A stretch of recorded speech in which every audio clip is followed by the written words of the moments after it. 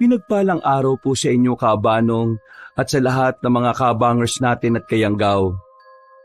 Palagi po akong nakikinig sa programang ito. Ako po si Parpar. At ang ibabahagi ko pong kwento ay nangyari noong 2019. 25 years old pa lang ako noon. Pero kahit medyo matagal nang naganap yon, ay sariwa pa rin sa alaala ko ang lahat-lahat. Muli, ako si Parpar. Kabanong, mga kabangers at mga kayanggaw.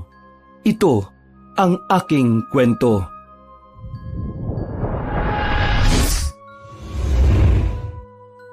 Bago nga pala magsimula ang ating kwento, sana'y mapindot nyo muna ang subscribe button at ang notification bell para lagi kayong nanonotify pag may bago tayong mga kwento. At huwag nyo rin kalilimutan mag-like at comment. Napakalaking tulong po ito sa ating channel para mas makapagatid pa kami sa inyo ng mga magaganda at mga nakakapangilabot na mga kwento. At ngayon, sa ating pagpapatuloy. Birthday ni Kovia nung araw na yon, ang isa sa mga kababata at kasamahan ko sa pagkukonstruksyon. Sa aming tatlong magkakaibigan, siya pa lang ang may asawa at isang anak. Maangas lang magsalita si Kovia, pero kung tutuusin, siya ang pinakamabait at matino sa amin ni Naisko. Kaya wala silang nagiging problema ng asawa niyang si Gracia. Dahil responsable siyang asawa. Sa totoo lang, Kabanong, ganito ang pangarap ko noon kapag nakapag-asawa na ako. Pagdating ko sa bahay ni Kovia, naabutan ko na si Isko sa loob ng bakuran. May ginagawa kasi kaming kubo roon para maging tambayan namin. Lalo na kapag may mga ganitong selebrasyon. Dahil abala sa pagbabasa ang kaibigan ko, kaya hindi niya ako napansin na pumasok. Mula sa likuran ay hinawakan ko siya sa magkabilang balikat saka ginulat. Kunwari nagulat ako. Wetots mo. Ano yung binabasa mo, ha? Notebook daw to ng lolo Tokni ni Ivana. Dala kasi to ng anak niya kanina eh. Nandito sila. Pero tulog na si Rex. Notebook ng ano? Ewan ko. Parang diary na ewan eh. Ang weirdo nga ng mga nakasulat. May tigbalang pa. May nuno sa punso tapos may dambilaga at kung ano-ano pre. Patingin nga. Ako na muna magbabasa. Di ka naman marunong magbasa eh. Kunwari ka pa. Lul, first honor kaya ako ng elementary. Lul ka rin. Gasti. Kaya nga tayo construction worker ngayon eh. Kasi hindi tayo nakapagtapos ng elementary. Huwag ako pre. Oo nga no. Takte. Nadali mo kaagad ako ron ah. Oh, eto na nga. Basahin mo na tapos paliwanag mo sa akin yung iba ah. Pagkakuha ko sa lumang notebook, Kabanong, binasok ko kaagad ang pahinang tumambad sa akin. Nung una, medyo nalilito-lito rin ako dahil kakaiba ang ilang salita. Para siyang narinig ko na sa Latin pero hindi rin ako sigurado. Meron pang mga simbolo. Tapos meron din mga drawing katulad nung sa tikbalang at mga nuno sa punso, saka kung ano-ano pa. Paglipat ko sa pinakadulo, nabasa ko ang iba't ibang uri ng aswang kaya nag-focus ako doon. Oh, di ko na nagsalita dyan pre. O naman pala di marunong magbasa eh. Yabang-yabang mo pa sa akin. Baliw. Siyempre, tinitingnan ko pa no. Maganda tong nasa bandang dulo eh oh. Mga iba't ibang klase ng aswang. Talaga? May iba't ibang uri pala ng aswang? Oo naman. Di ba nga, may manananggal, may tik-tik, tapos may wakwak saka kapre. Anong kapre? Di naman aswang yung kapre ah. Joke lang, gagi. O sige na. O anong sabi niya sa notebook ni Lolo Tokne pre? Mga kakaibang klase ng aswang to pre. Pero ito yung mas nagustuhan ko. Pakinggan mo ha. Sige, sahin mo nga. Guwapang. Isang uri ng aswang na hindi mukhang aswang. Kabilang sila sa mga matatandang aswang na hindi kilala ng mga tao. Maihahalin tulad sila sa mga vampira pero katulad ng normal na tao ay kaya nilang makatagal sa sikat ng araw. Ano yan? Yung parang palabas ng mga vampira na nagkain laban? Ano pa? Teka muna, makinig ka nga muna, pre. Oh, sige. Tuloy ang basa. Saan na ba ako? Ito. Makikilala sila dahil sa maputlang balat na makinis, malaartistahing pagmumuka, at kung minsan hindi kontrolado ang pag-iba ng kulay ng mga mata nila. May kakayahan din silang pahabain ng mga kuko sa kamay at mga ngipin kung kinakailangan. At katulad ng mga vampira, sariwang dugo lang ng tao ang kanilang paborito. Bihira sa mga katulad nila ang kumakain ng laman loob, at kung meron man, palaging puso lang ng tao ang kinukuha nila. Bah, ayos ah. Parang choosy sila no. Kung magiging aswang ako, gusto ko na lang maging guwapang, pre. Sa itsura mong yan, di ka bagay maging guwapang. Dahil ang sabi rito, mala-artistahing pagmumuka. Dun pa lang ligwa ka na, pre. Lul. Oy, mga pre, parpar, nandiyan ka na pala? Oy, pre, happy birthday. Kararating-dating ko lang din. Ganun ba? Ano yung pinag-uusapan nyo dyan? Takti, nandiyan pala yung notebook ni Lolo Tokne. Akin na nga muna yan. Baka sa kababasan nyo yan maging albularyo na rin kayo ha. Oo nga kakaiba talaga yung lolo ng asawa mo, pre ganun talaga. Tara na, magtangin na tayo. Lalabas ko lang yung mga pagkain tapos magtimpla na tayo ng gin bulag. O sige, pre. Pero babalik pala ako Magbabayad lang ako sa tindahan ni Ate Maye. Baka hindi na ako makautang dun kapag hindi ako nagbayad. O ibayad mo na rin kami sa utang namin. Nek nyo. Sigurado mong babalik ka Oo naman. Gaya mo naman ako sa inyo na Indianero. O sige na, para makabalik agad ako. Nagmadali na nga muna akong pumunta sa tindahan ni Ate Maye. At nang pabalik na ako sa bahay ni Kovia, napalingon ako sa karinderyang nasa dulong bahagi ng iskinita. Sa likod noon ay mga bukirin na at marami doong mga kambing. Sa dakong yun nakatira si Juliana. Siya po yung babaeng ilang buwan pa lang sa Baryo Cambebe pero halos kilala na ng lahat. Kabanong, maganda po kasi si Juliana. Morena siya, balingkinitan at nakakahumaling kapag umingiti. Bukod sa panlabas na katangiang yon, ay magaling siyang magluto lalo na ng papaitan. Doon talaga siya nakilala ng mga taga-samin. Kaya tuwing tanghali ay talagang napupuno ang kanyang karinderya. Talaga kasing masasarap ang mga niluluto niya at masasabi kong pwede itong ipantay sa mga kilalang restaurant sa aming probinsya. Pero kahit na ganon, ay may napapansin akong kakaiba kay Juliana. Masyado kasi siyang misteryosa. Wala ni isa sa amin ang nakakaalam kung taga saan talaga siya.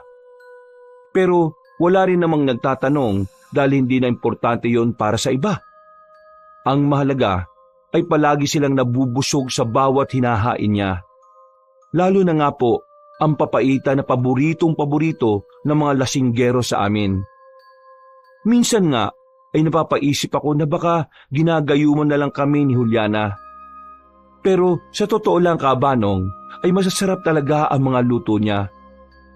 Merong kakaiba sa kanyang putahe na wala sa ibang karinderya. Habang naglalakad, nakita ko siyang nagsasara na ng karinderya.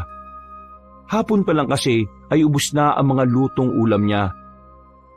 Nang makita niya ako, ay ngumiti siya at naramdaman ko na naman ang kakaibang feelings. Hindi ko alam, Kabanong, pero sa tuwing magtatama ang tingin namin ay madalas na sumasakit ang ulo ko. Pakiramdam ko parang may gustong sumiksik sa utak ko na kung ano. Pero hindi naman ito magawa. Umiiwas ako ng tingin at nagbalik ulit sa kanya dahil kumaway siya. Uy, Juliana. Nagsasara na ako. Saan ka pala papunta ngayon? Sa bahay ni Kovia. Ay, oo nga pala. Birthday niya, di ba? Narinig ko lang nung kumain kayo kahapon dito. Oo eh. Sandali lang. May natira pa kasing papaitan doon. Ibibigay ko na lang sa inyo. Naku, nakakaya naman. Baka mamaya ulam mo pa yun. Hindi naman. Busog na ako. Madalang lang akong kumain lalo na kapag gabi eh. Madalang ka lang kumain? Oo. Alam mo na, ayaw ko kasing tumaba eh. Napaismid na lang ako habang pasimpleng napapatingin sa magandang hubog niyang katawan. Maya-maya pa, pumasok na siya at makalipas lang ang ilang minuto, ay bumalik na siya na may dalang supot. Nagpasalamat naman ako pag abot niya ng papaitan. At nang magdikit ang mga kamay namin, nakaramdam na naman ako ng kakaiba. Lalo na nang magtama ang aming mga mata. Pakiramdam ko talaga, Kabanong, sa tuwing titingin siya sa akin ay parang gusto niya akong hipnotismohin. Kaya sa huli ay napapaiwas ako ng tingin habang sumasakit ang ulo. Matapos ko makapagpaalam, ay nagmadali na akong bumalik sa bahay ni Kovia. Pagdating ko roon ay eksaktong palubog na rin ang araw. Nagiinuman na sina Isko at Kovia na parabang may mga tama na ng alak. Uy, mukhang mga lasing na kayo ah. Anong lasing? Di kami lasing no? Nagsisimula pa nga lang eh. Pre, tagay na. Paspas dapat tayo para makarami.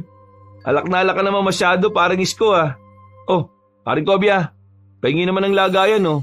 Nagpaabot ko si Juliana nitong papaitan para raw may pulutan tayo. Oh, bakit? Galing ka kay Juliana? Hindi ako galing doon, baliw ka. Napadaan lang habang nagsasara siya tapos nakita niya ako. Naalala niya raw nung nag-uusap-usap tayo kahapon na birthday mo nga ngayon, Kovia. Kaya ito, nagbigay siya nito. Hindi, shot puno mo na. Mamaya na, di pa nga ako nakakakain eh. Pwede kumain ka na, para makatagay ka na. Uy, kalmaan mo lang. Kalulubog pa lang ng araw eh. Nagmumukha ka na kaagad hulas niyan. Wala nang kalma-kalma mga pre. Lagukin mo na kaagad tong shot mo, parpar. Madaling-madali ka naman masyado, pre. Mauubusan na ng alak yan. Para kang pamilyado ah. Kaya nga, wala naman maghanap sa'yo kahit di ka naman umuwi sa inyo eh. Mga ugag, kapag sinagot ako ni Juliana, huyo talaga kayo sa aking dalawa. Pagkadinig namin ni Kovia na sinabi yun ni Isko ay nakatinginan kami. Sabay din kaming napabaling sa maitim kong kaibigan. At pagkalawon ay sabay din kaming humalakhak. Umalingaw-ngaw pa nga ang ingay naming hindi lang sa buong kubo kundi hanggang sa buong bakuran. Si Kovia ay napahawak sa tiyan dahil sa kakatawa habang ako naman ay halos naglupasay na sa upuan. Pero natigilan din kami nang muling bumoses si Isko at sa pagkakataong yon ay talagang seryoso na siya. Tawang-tawa pa kayo ah. Tingnan nyo sa mga darating na araw. Ayaw ko pa sana itong sabihin kasi ang usapan namin ni Juliana, sikreto lang muna naming dalawa to. Anong sikreto naman yan? Yung pangliligaw ko sa kanya. Paniwalaan niyo man o hindi, totoong nililigawan ko siya. Cross my heart, double-double. Kahit mamatay pa buong pamilya ko. Totoo nga? Totoo nga. Hindi to usapang lasing mga pre. Dahil low-key lang kami. Toots, seryoso ba yan? Si Juliana, nagpapaligaw sa'yo? Oo nga. Nililigawan ko nga siya. Kahit itanong niyo pa sa kanya. Pero huwag niyo muna pala itong itanong kasi gagalit yun. Sabi niya kasi sikreto lang namin eh. Baka kaya ayaw mong ipatanong kasi hindi naman totoo. Kapag tinanong namin sa kanya, baka mapaya ka lang. Bahala kayo. Kung ayaw niyo maniwala. Basta, totoo sinasabi ko. Tagay mo na nga yan habang kumakain pa yung si Parpar. Napapailing na lang ako habang nag-aasara ng dalawa, Kabanong. Pero Sa kabilang banda ng isip ko, napapatanong din ako kung totoo nga ba ang sinasabi ni Isko. Naalala ko kasi nung nakaraang 3 linggo, bago makitang patay yung adik na si Rafi, ganyan-ganyan din ang sinasabi niya sa mga taga sa amin, na nililigawan niya ng pasikreto si Juliana. Tapos yun, makalipas lang ang ilang araw, ay natagpuan na lang siyang patay doon sa kalsada sa main road papuntang bayan. Hindi maganda ang sinapit niya. Lasog-lasog kasi ang katawan noon makita siya roon sa gilid. Ang sabi lang, posible raw na nasagasaan ng mga truck ng gulay na dumaraan at hindi nakita. Hindi ko rin alam kung bakit ko naisip bigla Kabanong. Parang ang random lang pero pilit kong itinutugma ang sitwasyon ngayon ng kaibigan ko. Natapos na lang akong kumain ay patuloy pa rin sa asaran ang dalawa. Sumabay na rin ako sa tagay, pero ang usapan pa rin nila ay patungkol pa rin kay Juliana. Sabihin mo na lahat ang gusto mo sabihin, paring Kobya.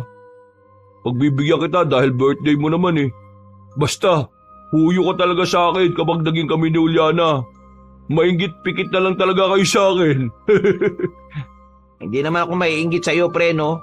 May asawa na ako eh. Tsaka, kung totoo man yung sinabi mong yan, eh di masaya ako para sa'yo. Di ba? Basta, kung totoo lang talaga doon tayo sa totoo, syempre. Kanina pa nga ako sabi ng sabi, kahit mamatay buong pamilya ko. Eksaktong pagkasabi noon ni Isko, ay bigla kaming nakarinig ng malakas na alulong ng aso mula sa hindi kalayuan. Sabay-sabay kaming napatingin sa kinaroroonan ng ingay, at pagkalaon ay bigla rin akong kumatok sa kahoy sa kabumulong. Ano yung ginagawa mo, pre? Ipakatok-katok ka pa dyan sa upuan. Pinto ba yan? Pamahiin yun, pre. Kaya huwag kang basa-basang nangangako ng ganyan dahil baka mamaya marinig ka ng demonyo. Narinig mo naman umalulong pa yung aso. Sus! Natural umaalulong yung aso dahil aso yun. Ang hindi natural kung magmeow yung aso. Alam mo pre, hindi ko alam kung maiinis ako matatawa sa mga sinasabi mo Nakakainis kasi pilosopo kang hayop ka. Nakakatawa kasi yung ekspresyon ng pagmumukha mo habang sinasabi mo yung joke Hindi naman joke yun Totoo naman yun, di ba? May aso bang humingiyaw? Ambot sa imo. Basta, mainggit na lang kayo sa akin sa mga susunod na araw. Luluhod ang mga tala sa akin kapag sinagot na ako ni Juliana. O sige, ganito na lang mga pre. Parpar, kapag nakita natin si Isko at Juliana na magkasama at sila na talaga, 1 linggo natin siyang hindi pagtatrabahuin dun sa site. Pero kapag fake yung mga pinagsasabi niya, yung gawain natin dun, siya naman ngayon ang gagawa. O ano, deal? Sige, deal!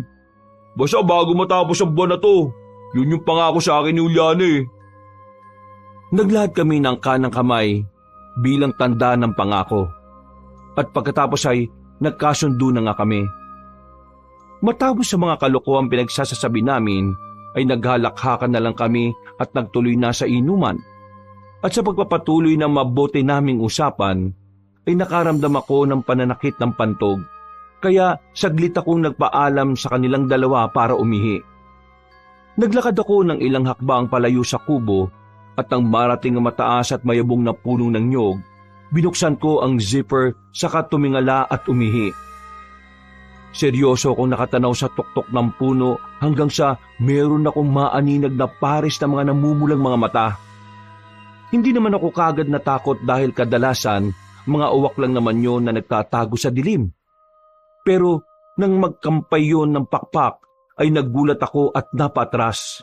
Nabasa tuloy ang pako ng ihi dahil medyo nawalan ako ng balanse at muntikan na matumba. Lumipad ang malaking ibon papunta sa kapunuan at hindi ko na yon nakita pa. Anak ng teteng, uwak ba yun? Parang ang laki naman nun kung uwak.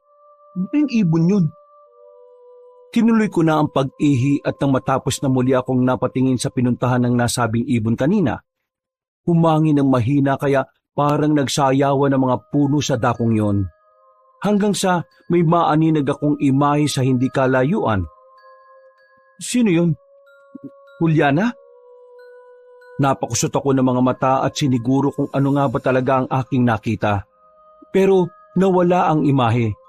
Sa halip ay nakita ko na naman ang ibon kanina na nakadapo na sa malaking sanga ng puno roon. Nakatingin ang mapupulang mga mata sa akin na parabang nagmamatsyag.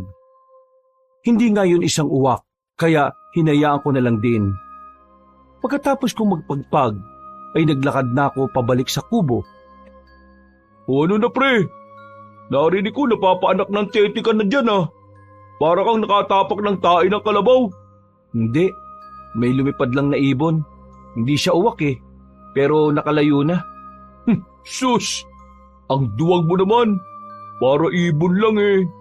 Sinabi ko ba na natakot ako? Nagulat ako, di ba? Iba yung natakot sa nagulat. Kahit kailan ka talaga. Shot na nga. Yan ang maganda mong sinabi. Shot na. Para kapag nalasing na tong si Isko, mangangarap na naman to na manliligaw ni Juliana eh. Tumpak pre. Natumbok mo. Tingnan lang talaga natin mga ungas. Sige, shot na. Pagbalik ko ng kubo, ay nakitawa na lang din ako sa mga kaibigan. Hindi ko na rin sinabi na parang nakita ko si Juliana dahil parang guni-guni lamang naman sa akin yon. Nagpatuloy na nga ang inuman namin. Hanggang sa sumapit na nga ang 10:30 ng gabi. Medyo tinamaan na rin ako. Kaya hindi ko napansin na umalis na pala si Isko. Sinabi na lang sa akin ni Kovia pagkatapos ko ulit na umihi. Dahil tuloy doon, ay na-focus na rin ang usapan patungkol sa kaibigan namin. Kilala kasi namin si Isko, lalo na kapag nai-inlove siya. Nung huling naging girlfriend niya, niloko lang siya at ginatasan. Kamunti ka na nga siyang magpakamatay noon. Kundi lang namin in-encourage at syempre sa tulong rin ng mga kapamilya niya. Are, sana talaga totoo yung sinabi ni Isko, no? Para kung sila man ang magkatuluyan ni Juliana, at least, masaya tayo para sa kanila. Oo, pre. Kaso, too good to be true eh. Hindi naman sa pangano ha. Masyado maganda si Juliana para kay Isko. Hindi tayo sure kung papatulan siya nun. Hanggang pantasya na lang siya roon. At feeling ko yung tipo nung mga babaeng ganon, yung mga katulad mo, pre. Ba't naman pati ako nasama? Gagawin mo pa kaming love triangle niyan eh. Hindi, dangik. Pwera biro. Sa tuwing kumakain tayo ron, napapansin ko na malagkit ang tingin sa'yo ni Juliana eh. Talagang pati yun napapansin mo pa. Siguro, lagi mo rin siyang tinitingnan. Aminado naman ako ron. Sinabi ko na rin yun kay Vanna. Kahit nga yung asawa ko, gandang-ganda kay Juliana eh. Pero, balik tayo sa'yo. Promise. Sa tuwing kumakain tayo ron, wala talagang oras na hindi ka pinagmamasdan nun. Sabagay, sa ating magtotropa, ikaw naman kasi talaga ang pinakamalakas ang sex appeal eh. Kaya ako sa'yo, ligawan mo na yun si Juliana. Paano kung totoo yung sinasabi ni Isko na nanliligaw siya ron ng palihim? Di, may the best man win. Saka, no hurt feelings naman yun. Matagal tayo magkakaibigan eh. Makababata pa nga eh. Alam naman ni Isko sa sarili niya na kaibangan yung mga sinasabi niya. Ikaw talaga ang mas may chance. Bakit kasi ayaw pang manligaw eh? Hindi ko nga rin alam, pre. Basta, hindi pa talaga pumapasok sa isip ko yung mga bagay na yan. Tuts, baka naman hindi talaga babaeng hilig mo ha. Naiya ka lang sabihin sa amin ha. Gag. Kung ano man ang nasa puso mo pre, suportahan ka namin ni Isko. Basta, wag mo lang kaming tataluhin ha. Sira ulo. Di ako bakla no. Sadyang wala pa talaga sa isip ko yan. Alam mo naman sitwasyon namin sa bahay, di ba? Pareho may sakit si Nanay Yayong at si Tatay Paeng. Tapos, nag-aaral pa yung bunso kong kapatid, si Rafa. Kaya ako lang naman na nagtatrabaho sa amin eh. Hindi na nga ako nakapagtapos ng elementary, di ba? Biro lang. Alam ko naman yun eh. Pero malay natin, baka si Juliana na yung daan para sa pag-asenso mo, di ba? Sira ulo mo talaga. Ginawa mo pang sugar mama itong si Juliana. Oy, bakit? Hindi naman nakakalayo edad nyo Parang sa pagkakaalam ko, 30 na yata yun, sabi ni Ate Mai. Age doesn't matter naman, pre. Kaya kung ako sa'yo, ikaw na unang maligaw doon. Ay nako, shot mo na nga to. Tapos, ako na yung last shot. Pagka-shot namin pareho ng alak, ay nagpasya na rin kaming mag-uwian. Lumabas na rin kasi ng bahay si Vanna. Umiyak kasi ang anak nilang si Rex. Dahil dito, tumulong na ako sa pagliligpit ng pinag-inuman namin. Pagkalaon ay nagpaalam at nagpasalamat na ako sa mag-asawa. May pasok pa rin kasi kami bukas. Magkakasama kaming 3 doon sa bahay bakasyon ang ginagawa na malapit lang din sa bukid at sa karinderya ni Juliana. Bago maghiwalay ng landas, ay eksakto na nakarinig kami ng malakas na alulong. Katulad nung kaninang hindi pa malalim-lalim ang gabi. Pare, mag-ingat ka sa pag-uwi mo Oo pare, dito na lang tayo bukas Diretso uwi Mamaya yung alulong mo nang marinig ko. Oo gag. Sige na, diyan na kayo. Salamat din Vanna Naglakad na ako palayo at nang palikunan sa daan ng papunta sa amin. Sa kaliwa ng papuntang bukid, nakarinig na naman ako ng makakasunod na alulong ng aso. Kabanong, hindi ko rin alam kung bakit pero ramdam na ramdam ko ang pagtayo ng mga balahibo ko sa braso ko at sa batok. Hindi naman ako matatakotin pero nung oras na yon, nang mawala ang alulong, pakiwari ko ay may nakatingin na sa akin mula sa kung saan. Hindi ko yun masyadong pinansin pero maya-maya lang din ay parabang meron ng sumusunod sa akin. Nadidinig ko ang mabigat na yabag niya sa likuran pero hindi ako lumilingon doon. Natatakot kasi ako na baka meron akong makitang kung ano. Tumakbo na lang ako palayo pero narinig kong sumusunod ang mabibigat na yabag. Dito na nagsimulang umusbong ang takot sa aking dibdib. Pakiramdam ko ay nawala ang tama ng alak kaya pinagpawisan ako ng husto. Hindi dahil sa pagtakbo kundi dahil sa kabang nararamdaman. Totoo ba ito? O dahil lang sa tama ng alak? Putik, sana makauwi na ako. Mas lalo kong nagmadali nang mapadaan na sa pababang daan. Sa bahagi kasing ito ng baryo namin ay may malaking bato na nakahambang sa gilid ng daan. Mapuno rin kaya medyo madilim talaga ang lugar kahit pa may buwan at mga maningning na mga bituin. Yung parte talaga na yon ay hindi nadidiligan ng liwanag. Habang tumatakbo ay taimtim akong nagmasid sa paligid. Hindi pa rin kasi nawawala sa pakiramdam ko ang tila sumusunod na kung sino. Nakakilabot talaga sa pakiramdam na parang nagpawala ng tama ng alak sa akin. Sa totoo lang Kabanong, hindi na bago sa akin ang mga katatakutan sa aming lugar.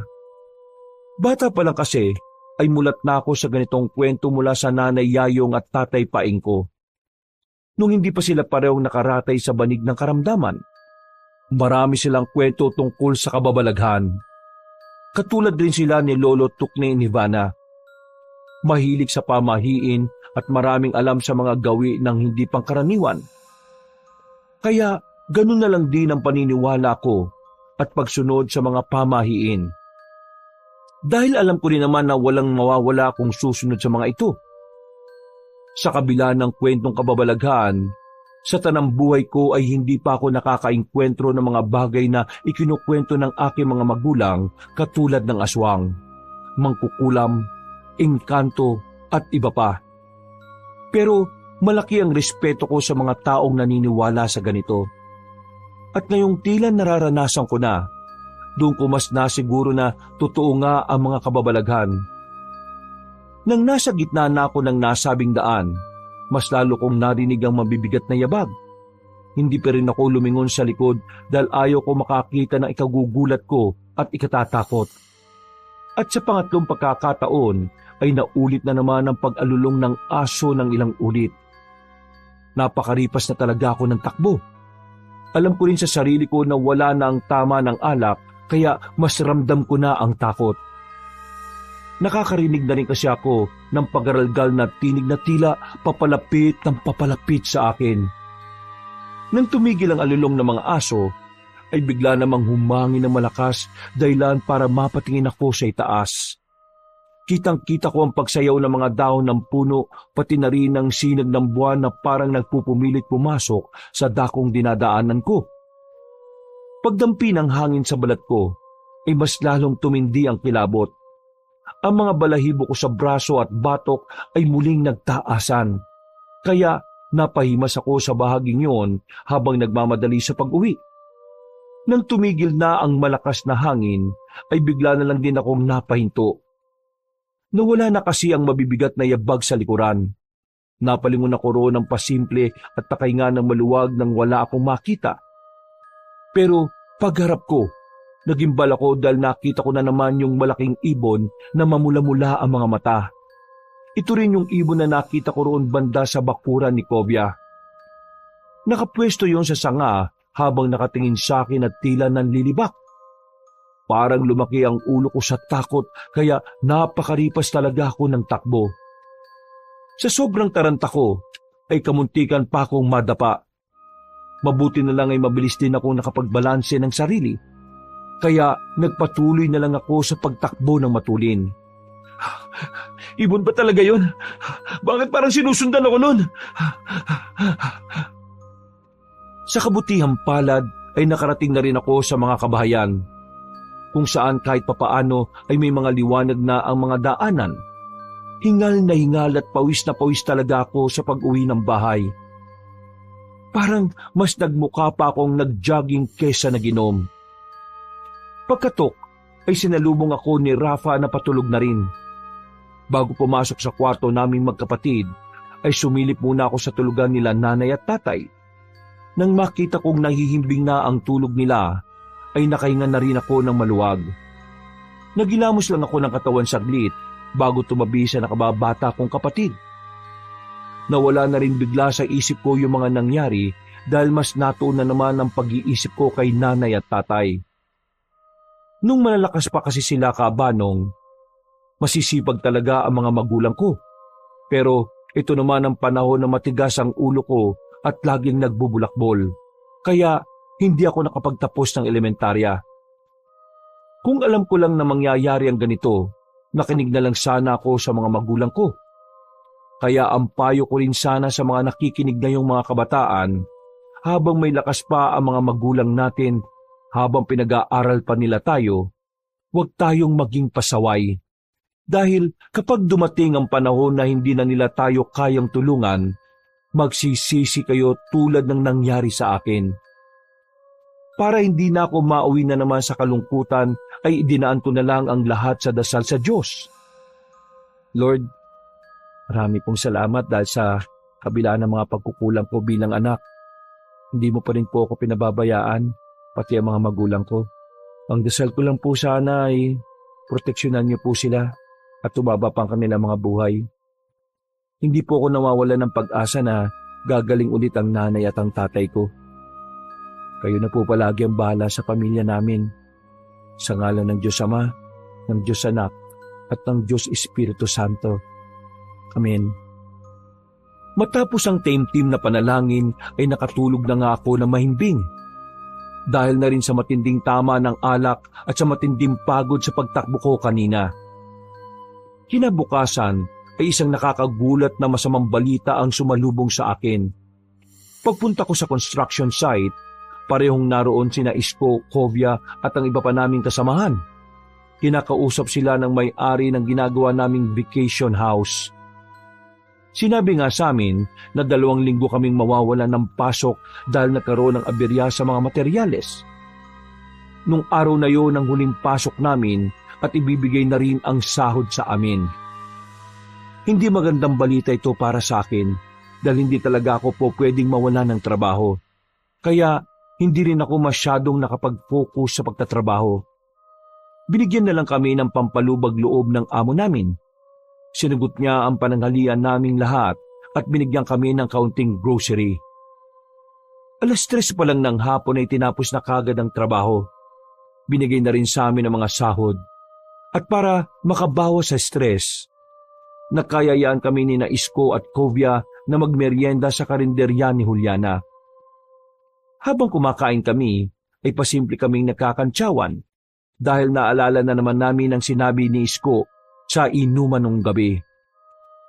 Paring Parpar, itanong na ba natin kay Juliana yung mga pinagsasabi nitong si Isko? Ikaw bahala, pre. Pero tanungin muna natin tong kumpare natin. Ano, Isko? Kausapin ko na ba yung babae mo?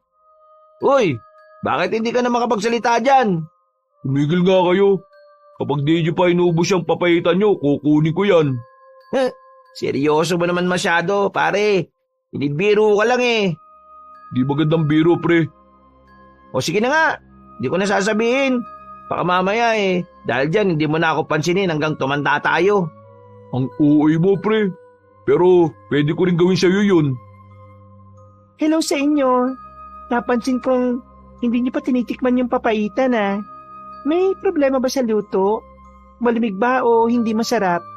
Medyo hindi ko kasi sigurado kung nalagyan ko ba yan ng pampalasa Hindi ko na rin kasi natikman kagad dahil dumagsa kagad yung tao.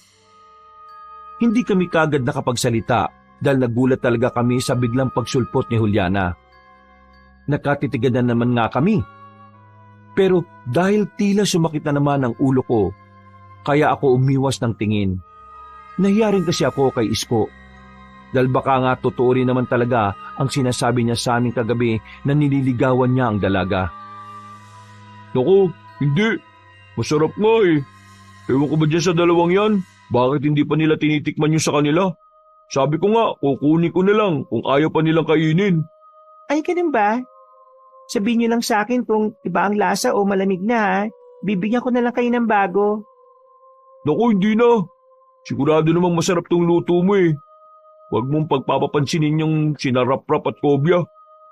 Sigurado kayo Tumango lang kami at nag-okay sign tanda ng pagsang-ayon. Ilang saglit pa ay nagpatuloy na rin kami sa pagkain ng papaitan. Bumili na rin ako ng extra para may madala sa bahay at bago kami mag-uwian, nilapitan kami ulit ni Juliana para kausapin. Pasensya na sa inyong tatlo pero narinig ko kasi ang usapan nyo kanina 2 linggo ba kayong mawawalan ng trabaho? Oo nga Kakalungkot nga. Kailangan ko pa naman ng trabaho. Di ako pa pwedeng mawalan talaga lalo na't sa akin umaasa yung nasa bahay. Pwede ba na habang wala kayong trabaho dito na muna kayo sa akin mamasukan? Sa dami kasi na kumakain itong mga nakalipas, medyo nahihirapan ako. Lalo na't umalis na rin yung katukatulang ko Eksakto na 2 linggo rin naman bago dumating yung kapalitan niya. Ha? Seryoso? Oo. Pero hindi ganun kalaki ang may papasweldo ko sa inyo Naku, walang problema sa akin. Ewan ko lang sa 2 to. Okay na okay ako dyan. Basta ikaw, Juliana. Ako rin. Kesa sa walang work. Kailangan ko rin para sa mag-ina ko Wow, salamat sa inyo. Hindi ko inakala to. Kailan kami pwede magsimula? Bukas pwede na kayo magsimula. Pero hindi ko kayo bibiglain Kahit mag-8 na kayo ng umaga pumunta. Tapos pag-usapan din natin bukas kung anong oras kayo pupunta rito sa mga susunod na araw. Okay. Salamat sa iyo Nang magkamay kami, ay nakaramdam na naman ako ng kakaibang puwersa. Pagkatapos ay muli na naman kaming nagkatitigan hanggang sa manakit na naman ng bahagya ang ulo ko. Mabuti na lang din ay umiksena si Isko kaya nagbitiw kami ng kamay at sila naman ang nag-shake hands. Dito ko nakita kaabanong ang tila pagbabago ng kulay ng mga mata ni Juliana. Mabilis yun pero sigurado kong nagbago. Hindi ko na nga lang napagtuunan ng pansin dahil tuwang-tuwa rin ng mga kaibigan ko na hindi na kami mababakante sa loob ng 2 linggo.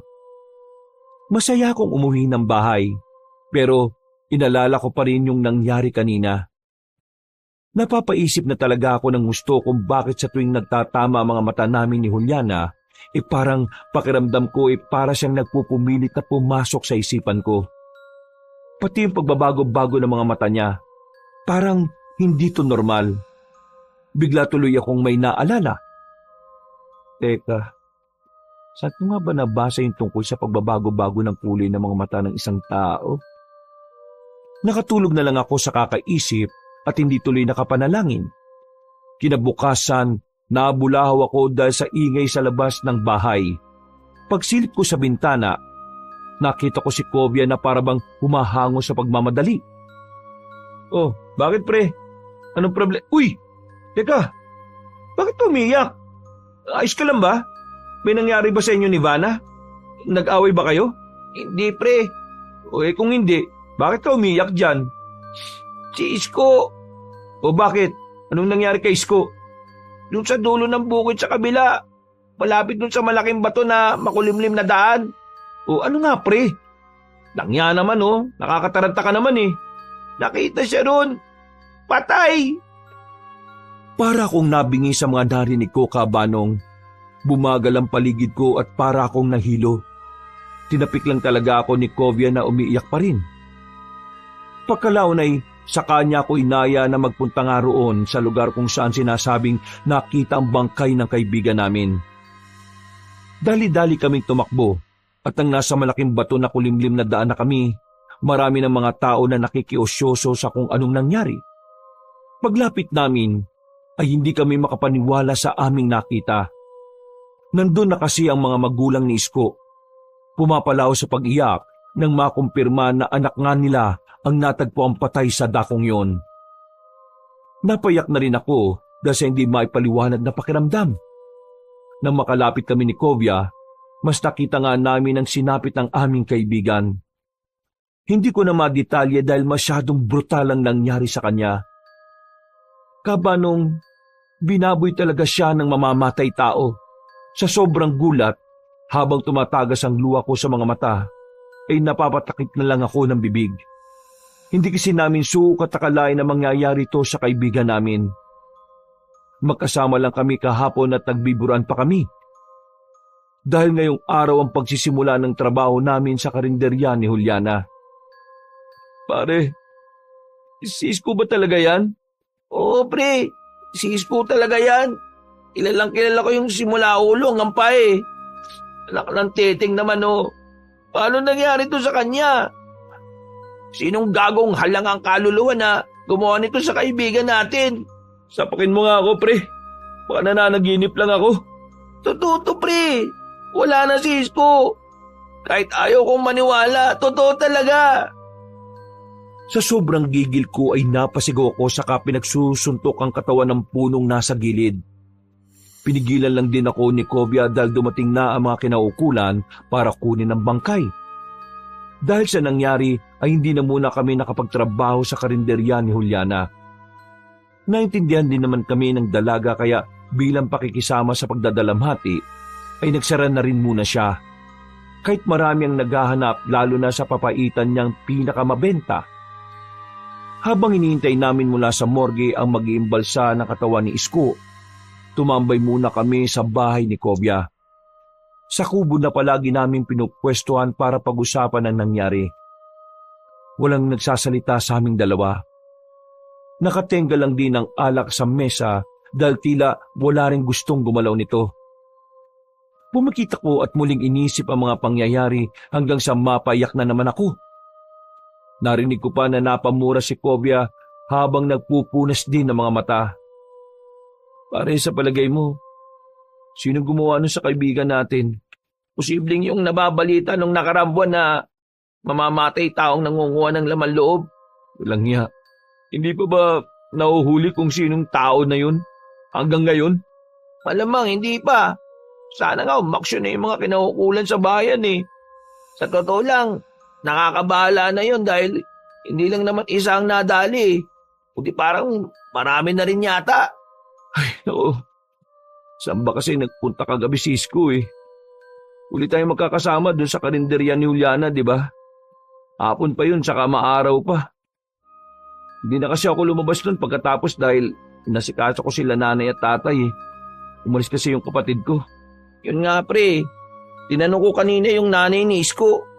Lumabas daw ng gabi dahil may kikitain babae. Ang sabi, babalik din daw kaagad. Tapos, yun na nga, pagsabit ng umaga, akala nila nakauwi na at natutulog lang. Kung di pa nila nalaman yung balita, hindi rin nila malalamang hindi pala umuwi si Isko eh. May kikitain siyang babae. Sino naman? Hindi ko rin alam. Ang sabi nga sa akin, palagi na raw ginagawa yun ni Isko kaya nasanay na yung mga tao sa kanila. Hindi kaya pare si Juliana yung sinasabing kikitain niya? Yun nga rin ang naiisip ko eh. Bakit hindi kaya natin tanungin mismo si Juliana? Oo nga pre, pero bukas na natin siya tanungin. Total, papasok rin naman tayo doon bukas eh. Oo nga. Tara, uminom na muna tayo para mabawasan tong bigat na nararamdaman natin. Ay nako, di ako sanay ng ganito. Pero wala na tayong magagawa dahil patay na talaga yung kaibigan natin eh. Hindi na ako umimik. Kinuha ko na lang bigla ang alak at tinungga ko ito. Tumigil lang ako nang inagaw na ni Kovia ang bote at siya naman ang tumungga. Nagsalitan kami hanggang sa malasing pareho. Nang medyo hilo-hilo na rin, habang nagkakaiyakan ay nagpaalam na akong umuwi. Kay Vanna na lang ako nagsabi dahil nakatulog na si Kovia sa kakaiyak. Madilim na ang paligid habang tinataha ko ang daan pauwi ng bahay. Napadaan na naman ako roon sa malaking bato na liblib na daan. Nang makita kong may nakatirik na kandila sa gilid kung saan nakita ang bangkay ni Isko, ay huminto ako saglit. Umiyak na naman ako dahil sa sama ng kalooban. Sadyang hindi ko pa rin kasi matanggap na namatay na lang ng ganun-ganun na lang ang kaibigan namin. Sa nakita kong itsura ng bangkay nung umagang yon, nasisiguro kong nahirapan ng gusto si Isko bago mamatay. Tumigil lang ako sa pag-iyak na makarinig ako ng pagaspas ng ibon. Kasabay nito ay may kalakasang bugso ng hangin. Pagtingala ay nakita ko na naman ang misteryosong ibon na nakita ko nung nakaraan. Nagpunas ako ng luha at sinundan ko yun ng tingin hanggang sa dumapo sa matabang sanga ng isang puno. Nangislap na naman ang mga mata nitong namumula kabanong, pero sa pagkakataong yon ay hindi ako nakaramdam ng kahit na anong takot. Mas matimbang kasi ngayon ang bigat sa puso ko. Ikaw na namang ibong ka? Bakit ka ba sunod ng sunod sa akin ha? Lagnya, malis ka nga! Kumuha ko ng bato at hinagisan ito. Pero hindi ito natinag. Sa gulat ko ay lumipad pa yun at lumapag sa harapan ko. Sisipain ko na sana dahil sa inis pero mas nagimbal ako nang mapagtanto na halos kasing laki ko na pala bigla ang nasabing hayop. Anak ng putsch! Paano ka naging kasing laki ko? Dahil hindi naman ako ordinaryong ibon lang. Nanlaki ang mga mata ko nang marinig ko na ito na nagsalita. At sa isang iglap ay bigla na lang gumapang ang matinding kilabot sa aking katauhan. Nakaramdam ako ng kaparehong pakiramdam sa tuwing magtatama ang tingin namin ni Juliana. Dahil dito ay biglang bumaba ang tama sa akin ng alak. Napatras ako ng dahan-dahan habang nakatingin sa nasabing ibon. Na unti-unti nang nagpapalit ng anyo. Sa takot ko ay kumaripas na ako ng takbo kahit medyo mahilo-hilo pa. Hindi ko na tiningnan ang itsura ng nilalang. Sa sobrang pakataranta ay natapilok at nauntog ako sa maliit na bato. Wala na akong naalala pagkatapos noon. Nagising na lang ako dahil sa kalabit ng mga tanod na nagro-ronda. Napabalikwas pa ako ng bangon at nagsisigaw. Pinakalma lang ako at nang mapagtanto ko rin naman na nasa barangay hall ako, ay huminahon na rin ang aking kalooban. Pinagalitan pa ako ng konsihal at sinabing huwag magpagala-gala lalo na ngayon. Hinatid na rin ako sa amin kaya nakapagpahinga na rin talaga ako. Kinabukasan, masakit man sa ulo ay pumasok na rin kami pareho ni Kovia sa karinderya. Nakakahiya na rin kasi kay Juliana. Lalo na nangako kami kahapon. Alam niya ang pinagdaraanan naming dalawa kaya hindi niya kami masyadong inutos-utusan sa maraming bagay. Pero nagsagad talaga kami sa pagtatrabaho dahil pareho pa rin naming naiisip ang sinapit ni Isko. Para mabawasan ang pag-iisip, kailangan maging focus kami sa pagtatrabaho. Maya-maya, pagkatapos ang pagdagsa ng mga tao, pasado 2:00 ng hapon ay nagpahinga na muna kami. Nagpaalam na muna si Kovia na uuwi habang ako ay nagpaiwan sa karinderya. Baka kasi dumagsana naman ang mga tao magmemeryenda naman. Tahimik nung hapon na yon, Kabanong. Kaya naman naisipang kong puntahan si Juliana sa kusina para tanungin sana. Pero mas napabaling ang atensyon ko sa isang silid na malapit sa daan papunta sa likuran. Yung likuran ng bahay na tinutukoy ko ay katapat na sa malawak na bukirin. Bubuksan ko na sana ang silid na yon, pero narinig kong nag-ingay ang mga kambing sa likod. Dali-dali ako nagpunta roon at nakita ang babaeng hinahanap ko. Nandiyan ka pala, Juliana. Hinahanap kasi kita eh. Bakit? May customers ba? Baka naghahanap na naman yun ng papaitan. Bus pa naman na talaga. Bukas na kasi ulit ako magluluto dahil hindi ko nalaga yung isa pang laman loob kanina. Nandun pa yun sa freezer at sobrang tigas pa. Ganun ba? Wala pa namang mga bibili. Gusto ko lang talaga sana kitang tanungin tungkol kay Isko. Tungkol kay Isko? Oo eh. Paano ko ba sasabihin to? Teka nga. Alam ko na yung sasabihin mo tungkol sa kanya. Alam mo na? Oo. Siguro sinabi niya sa inyo na nanliligaw siya sa akin. Oo eh. Pero totoo ba? Oo, totoo yun. Pero hindi ko naman sa pinapaasa siya. Sinabi ko naman sa kanya na susubukan ko pa rin yung panliligaw niya pero hindi ako nangangako na sasagutin siya.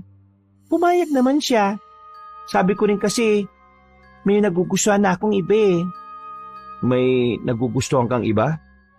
Taga rito sa atin? Oo, kaso mukhang malabo na magustuhan ako noon. Ganun ba? Natigil na ako dahil bigla na lang kasi siyang tumingin sa akin na makahulugan. At katulad ng dati, para na naman siyang pumapasok sa isipan ko at gusto kong kontrolin.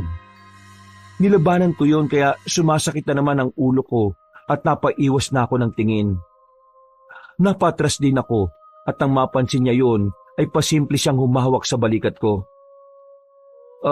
Nakita ba kayo nung isang gabi bago siya namatay? Ha? Makikita pa lang sana. Kaso, hindi siya sumipot eh. Kaya yun, naisip ko na baka hindi na siya pupunta. Natulog na lang ako tapos nabalitaan ko na nga yun nangyari. Sa totoo lang, ayaw ko lang ipakita pero sobrang nanlumo ako kasi parang nagugustuhan ko na nga siya talaga eh. Kung alam ko lang na mangyayari to, dapat pala hindi ko na pinatagal yung panliligaw niya. Hindi ko rin alam kung bakit pero niyakap ko na lang siya ng maigpit para aluin. Hanggang sa maramdaman ko ang maigpit niyang pagkakayakap pabalik. Nung una ay naiilang pa ako, pero pagkalaon ay para na akong nahihipnotismo ulit. Walang ano-ano ay bigla na lang sumagi sa isip ko yung malaking ibon ng gabi. Feeling ko kasi kamoy yun ni Juliana. Dali-dali akong tumanggal sa pagkakayakap at lumayo. Halata naman sa mukha niya ang matinding pagtataka. Bakit? May ginawa ba ako mali? Wala naman. Ano lang kasi, naantala na ang pag-uusap namin ng may mga dumating ng customer. Nagtungo kagad ako sa karinderya at pinagsilbihan ng mga yon. Sumunod naman si Juliana na parabang wala lang ding nangyari. Mabilis na lumipas ang oras. Pagsapit ng gabi, nagpunta na kami ni Kovia sa lamay ng kaibigan namin. Nakasarado ang kabaong. Yung kasi ang request ng parents ni Isko. Ang dinig ko rin kasi ay nahirapan ang nag-imbalsa mo na ayusin ang hindi magandang kinahinatnan ng kaibigan namin.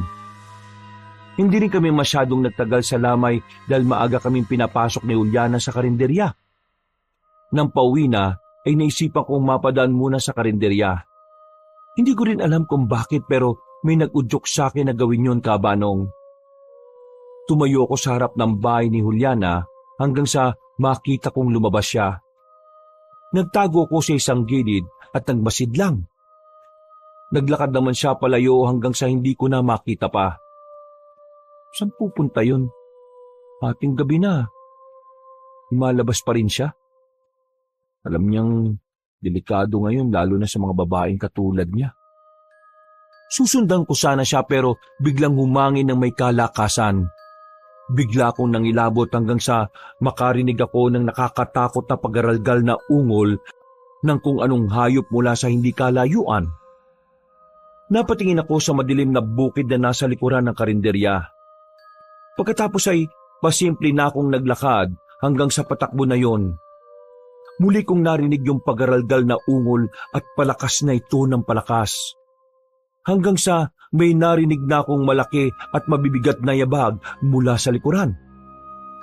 Kumaripas talaga ako ng takbo hanggang sa makarating sa iskinita banda sa amin. Mabuti na lang at may mga posting may ilaw doon kaya nakampante na ako. Nawala na rin ang kung sinong umahabol kaya nagmadali na akong umuwi. Bago matulog, hindi na naalis sa isip ko ang tungkol sa nangyari. Parang yun din yung umabol sa akin ng huling inuman namin nila Isko. Paano na si Juliana? Baka mamaya kung mapano siya sa nilalang na yun. Baka rin totoo yung sinasabi ng mga taga-baryo na may aswang dito sa amin ngayon.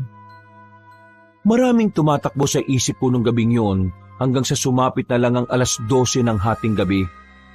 Tumayo ako ulit sa higaan para naman magbanyo.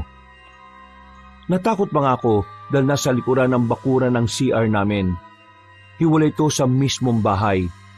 Pero dahil sa ihing-ihi na talaga, binuksan ko na lang ang pinto sa likod ng bahay at doon na mismo umihi sa tapat. Tahimik ang paligid. Ang nagpapaingay lang ay yung malagripo kong pag-ihi. Napatingin ako sa mga puno sa likod ng bahay, kaya naalala ko na naman tuloy yung nangyari kanina. Bakit ngayon ko lang pala naalala yon? Muling umihip ang hangin na parang nagsayaw sa mga punong katapat ko. Kasabay noon ay napatingin ako saglit sa buwan na nung oras na yon ay tila nagdidilig ng liwanag sa madilim na gabi.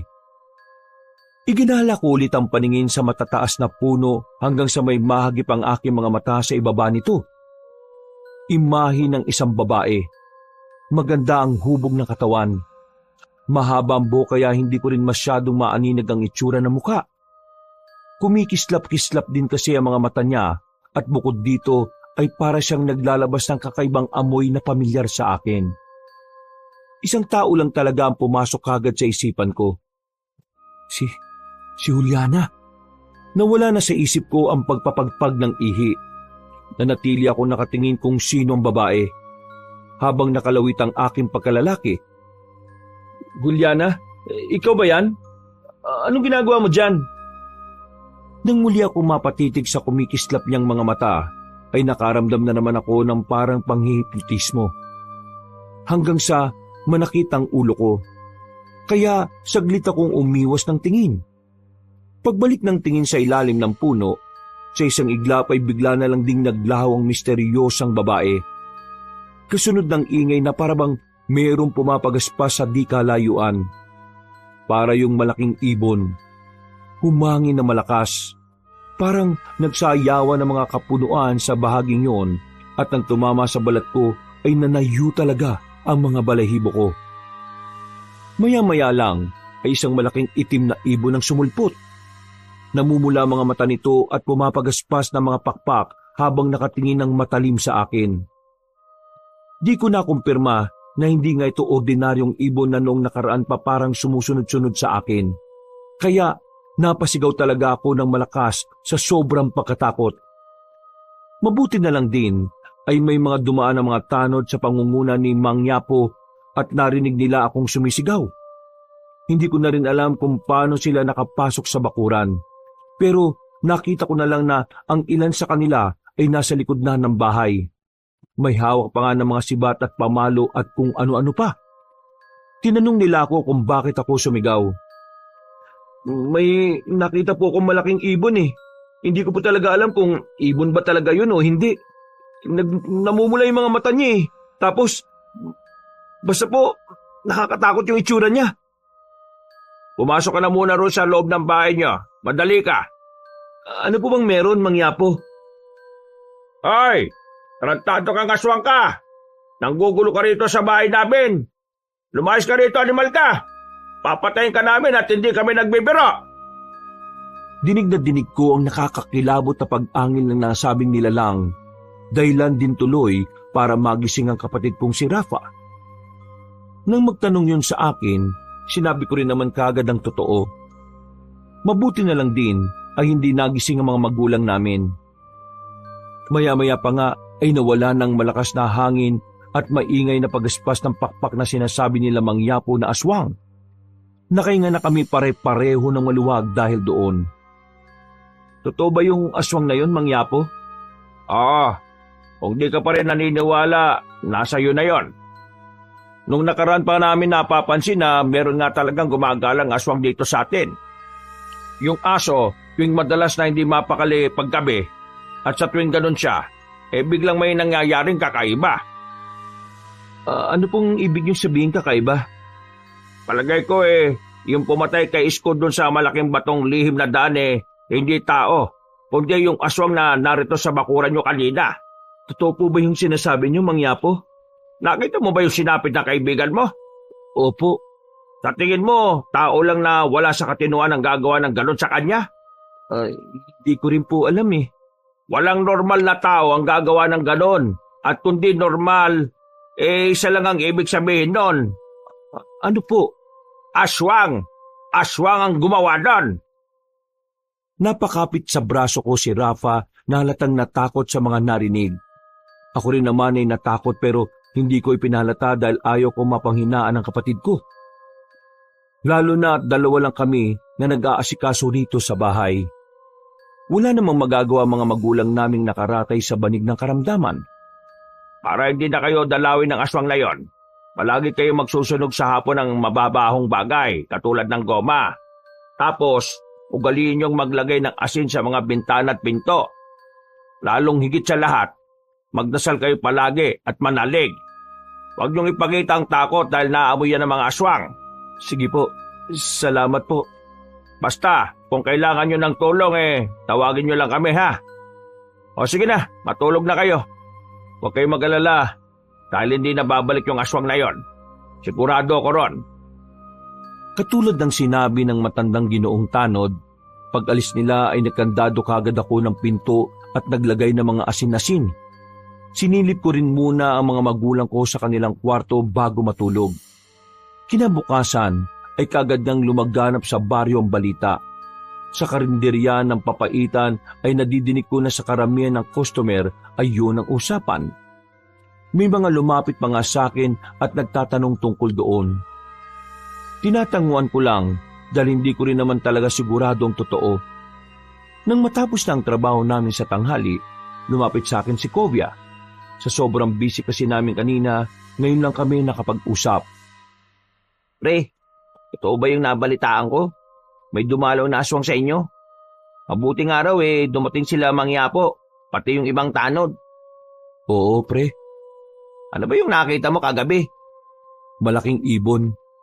Ang totoo niyan, pre, yung huling inuman natin nila Isko, nakita ko na yon. Para niya nga akong sinusundan Talaga? Oo, hindi ko nga alam kung bakit. Baka pati yung aswang, pre, napupugian sa'yo. Langya na yan, oh. Iba talaga ang kaibigan ko. Kahit aswang napapahumaling sa kanya. Loko-loko. Ang sabi nga ni Mangyapo, posible raw na yun ang pumatay kay Isko. Talaga? Pero sa bagay, kung titingnan yung nangyari sa kaibigan natin, matindi talaga Yun nga rin yung sinabi ni Lolo Tokne. Kagabi, nagpunta sa bahay para lang magbigay ng pangontra sa aswang. Usapang aswang kayo dyan? Juliana, ikaw pala. Kaninang umaga ko pa naririnig sa mga customer natin dito yung tungkol dyan Hindi lang kita matanong kasi pare-pareho tayong busy kanina. Oo nga Totoo ba na nakakita ka ng aswang? Anong itsura? Babae siya. Pero hindi ko mamukhaan kasi yung kislap ng mga mata niya kakaiba Baka naman kahawi ko yan Aaminin ko nung sinabi yon ni Juliana ay bigla ko ngang naisip na siya talaga yon. Hindi ko nalang binanggit at pakunwari na lang akong ngumiti. Pero umandar na naman ang kalungkutan ng isip ko. Masyado ka namang seryoso dyan, Parpar. Siya nga pala, meron pa akong natitirang papaitan doon sa kusina. Kaya magdala kayo, lalo na ikaw, Parpar. May sakit pa naman pareho yung mga parents mo. Ha? Paano mo nalaman na may sakit ang mga magulang ko? Wala naman ako masyadong pinagsasabi ng tungkol dyan Ito naman, matagal na rin naman ako rito sa baryo. Siyempre, may alam na ako kahit papano sa mga taga rito. Saka, dapat lang naalamin ko kahit papano yung mga kasama ko rito sa karinderya. Para kahit papano, makatulong ako sa inyo. Basta, lagi mong dala ng papaitan ng mga parents mo Makakatulong yun sa kanila. Sa bagay, salamat Nang matapos na ang usapan namin, pinauwi na rin muna kami ni Juliana dahil wala namang halos customer na. Bumalik na lang kami ng hapon at nagpatuloy na sa pagtatrabaho hanggang gabi. Sa mga sumunod na araw, palagi na nga ako nagdadala ng papaitan sa bahay para kina nanay at tatay. Kami lang ni Rafa ang hindi kumakain noon dahil sa karinderya pa lang ay busog na ako. Ang bunso ko namang kapatid, hindi talaga mahilig dito. Katulad din ng bilin ni Mang Yapo, tuwing hapon ay nagsusunog na nga kami ng goma para raw pantaboy sa aswang. At 1 linggo ang lumipas nang mailibing na si Isko. Doon lang ulit namin naramdaman ni Kovia ang lungkot. Nakakamiss kasi talaga ang matalik naming kaibigan at kababata.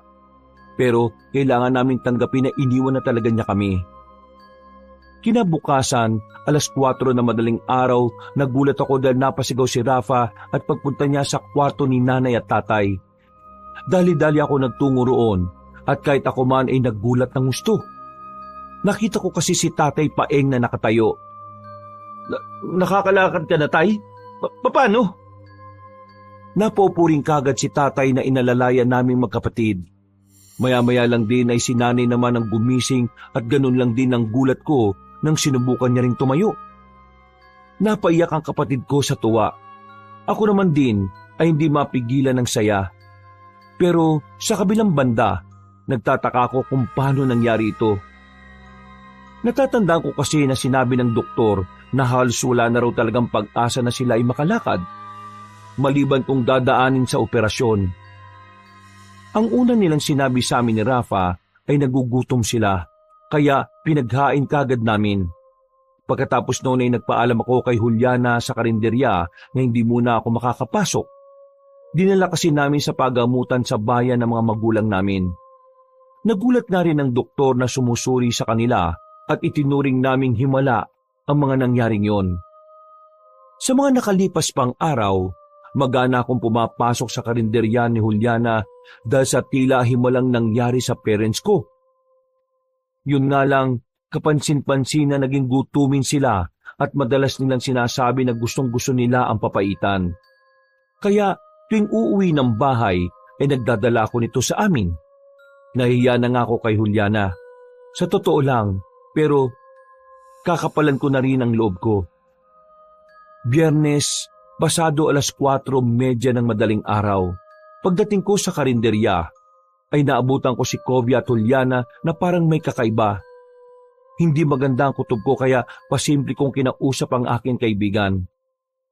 Pre, huwag mong masamayin tong sasabihin ko ha. Ano yung nakita ko kanina? Bakit parang sweet-sweetan kayo ni Juliana? Ha? Sinong sweet? Kami? Hindi naman ha. Pare, alam ko yung nakita ko kanina. Naglalandian kayo at kamunti ka muna pa nga siyang halikan kung hindi pa ako dumating. Ano naman sa'yo kung mag-aarutan kami, pre? May problema ba ron? Gusto rin naman niya Binibigay ko lang yung hilig niya. At saka, teka, bakit mo ba ako sinisita? Nagsisilos ka kasi. Hindi ikaw yung kaharutan niya kundi ako. Babagal-bagal ka kasi, pre. Uy, Kovia, naririnig mo ba yung sarili mo, pre?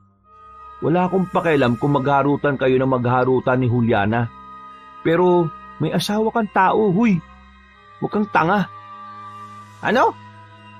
Anong ano? Umayos ka nga. Ano ba yung sinasabi mo, pre? Hindi na ako nakasagot pa. Unti-unti na kasing nagdatingan ng mga customers. Pero nagtaka rin ako sa biglang inasal na kaibigan ko. para siyang biglang bumalik sa wisyo kumpara kanina. Habang nagtatrabaho kami, panay ang lingon ko kay Kovya. Sa katunayan, palitan ang tingin ko sa kanila ni Juliana.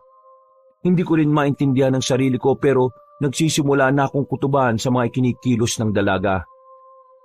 Ilang saglit pa nga'y muli akong napabaling kung nasaan ang tindera ng papaitan. Dito ko napansing nakatingin din pala siya sa akin ng makahulugan. Pasimple pa nga siyang ngumiti at biglang kumindat. Napalingon pa nga ako sa likuran upang siguraduhin wala siyang ibang kinikindatan. Nakumpirma ko na ako ngayon. Nahihiya ko lang siyang tinanguan, pero ang totoo ay nakaramdam din talaga ako ng kakaibang sensasyon.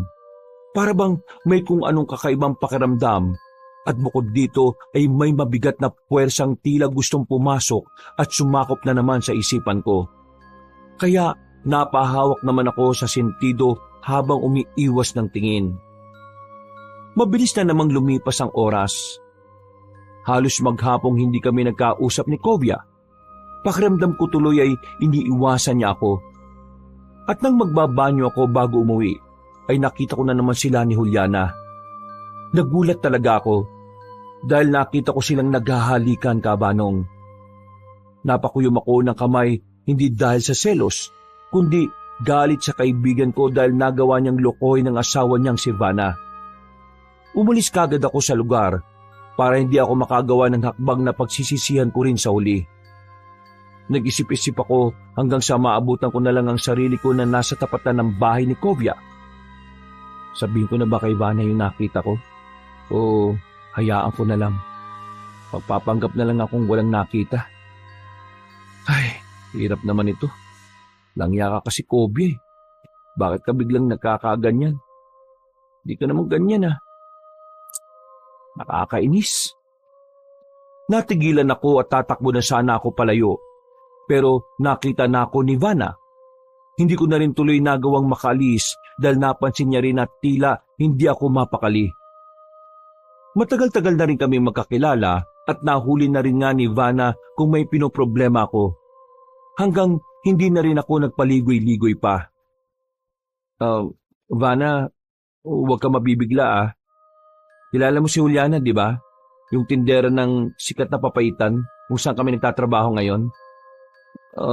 Nakita ko kasi sila ni Kovya eh. Naghahalikan sila kanina.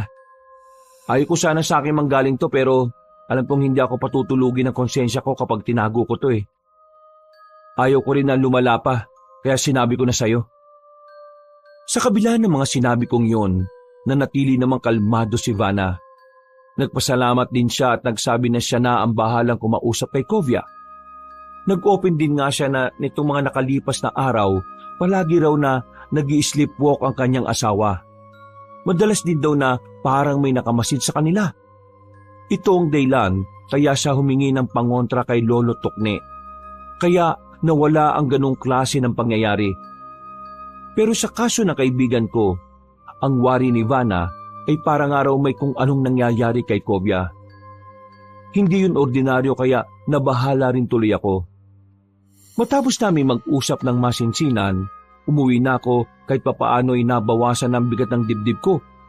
Pero nalulungkot pa rin ako at nagagalit. Habang nasa bahay, pagkatapos namin magapunan ay ito pa rin ang tumatakbo sa utak ko. Hanggang sa nakatulog na lang ako ng mahimbing. Eksakto 12:00 ng hating gabi, nagising ako dahil sa kaluskos mula sa kwarto nila nanay at tatay. Bumangon ako at saka lang napansin na wala sa tabi ko si Rafa. Bumangon ako nang pupungas-pungas pa ang mga mata. Dediretso nga sana ako sa banyo pero naisip ko munang sumilip sa kwarto nila nanay at tatay. Pero habang papalapit ako roon, ay may biglang humatak sa akin. Napunta kami sa pinakasulok malapit sa banyo at nagsumiksik doon. Nang makita ko kung sino ang humatak, ay kagad akong pumiglas. Bakit mo kinatak, Rafa? Ano bang meron? Tinakpan na niya ang bibig ko. Kasunod nito ay bumulong siya sa akin na huwag maingay. Wala man akong maintindihan sa nangyayari ay naramdaman ko ang takot ng nakababata kong kapatid. Nanginginig kasi siya at tila naiiyak habang bumubulong. Nang sinubukan ko siyang kausapin, nakarinig na nga kami ng ingay sa bandang kwarto nila nanay at tatay. Mas lalong nahintakutan si Rafa. Humawak siya sa braso ko ng maigpit at hinila niya ako para magsumiksik doon. Ano bang kinatatakot mo, Rafa? Eksaktong pagkatanong ko noon, nakarinig na kami ng mga yabag. Hanggang sa maaninag na namin sila nanay at tatay. Namumula ang mga mata nila. Naglalaway at parang may mga nangingitim na ugat sa kanilang leeg at sa bandang noo. Nagtaka ko at lalapit na sana ako dahil na rin sa kakaibang asta nila nanay at tatay, pero maigpit ang pagkakahawak sa akin ni Rafa na takot pa rin. Rafa, ano ba nangyayari kay nanay at tatay? Ha? Anong sinasabi mo? Teka, aswang? Dahil napalakas ang boses ko, napalingon tuloy ang mga magulang ko sa amin. Doon namin mas nakita ang nakakatakot nilang itsura. Para silang mga asong ulol na gutom at handang manakmal. Doon na ako ginapangan ng takot nang sabihin ni Rafa sa akin na aswang ang mga magulang namin. Hindi talaga ako makapaniwala, pero nang makita ko sila, ay naihalin tulad ko nga sa nanalakay sa amin nung nakaraan. Ngumiti sila pagkakita sa amin. Sabay sabing patikim ng sariwang dugo at karni namin. Dahil dito'y hinatak ako ni Rafa palayo sa kanila. Sumunod naman ako habang nililingon-lingon sila nanay at tatay. Mula sa pinto ng likod ng bahay, nakalabas kami at umikot hanggang sa lumang gate. Nakalaki ito at naiwan sa loob ng bahay ang susi. Kaya nataranta kami pareho ng kapatid ko. Napasulyap ulit ako sa likuran at nang makita ko na ang mga magulang namin na tila hayok na hayok kaming matikman, gumawa na kagad ako ng paraan. Rafa, tumutong ka sa akin, bilisan mo! Tumulong ka sa bakod! Talo na! Pinagdikit ko ang mga kamay ko at saka iniharap nga kay Rafa. Sumampa siya rito at kumapit sa bakod saka muling tumapak sa balikat ko bago tumalon palabas. Ako naman, habang papalapit ang mga magulang naming naglalaway, tumalon ako sa bakod at saka rin sumampa. Nang aangat na, ay nahawakan ni nanay ang paa ko. Wala akong napagpilian kundi ang sipain siya sa muka. Sorry, Nay! Sorry! Tumalon na rin ako at sabay kaming huminto ng kapatid ko. Pinagmasdan namin sila na naglalaway pa rin habang nakangiti. Ano ba nangyayari kina nanay at tatay? Paano sila naging mga aswang? Hindi na nakasagot si Rafa sa mga tanong. Nagulat na lang kami kasi tumalon na sila nanay at tatay sa bakod nang walang kahirap-hirap. Kumaripas na tuloy kagad kami nang wala sa oras. Hindi na rin namin alam kung saan pupunta, kaya nagsisisigaw na lang kami pareho hanggang sa maabutan na nga kami. Nadapa pa ang kapatid kong nahuhuli at nang dadambay na siya ng mga magulang naming wala sa sarili, ay dumating ulit si Mang Yapo, kasama ang iba pang mga kalalakihan. Hinagisan lang nila ng asin si nanay at tatay. Hindi naman sila nasaktan pero iwas na iwas sila sa asin. Bilisan nyo rito! Parpar! Rafa! Tumakbo kayo rito palapit! Hindi yan sila basta-basta makakalapit dahil may orasyon at bendisyon ng asin na yan! Opo, sige po! Inakay ko kagad ang nakababata kong kapatid na kitang-kita ang takot. Umiyak na nga siya dahil sa mga nangyayari. Ako naman ay pinipilit lang kalmahan ng lahat. Pero nanginginig pa rin ang katawan ko sa tindi ng takot. Maya-maya pa ay nahuli na nga ang mga magulang namin.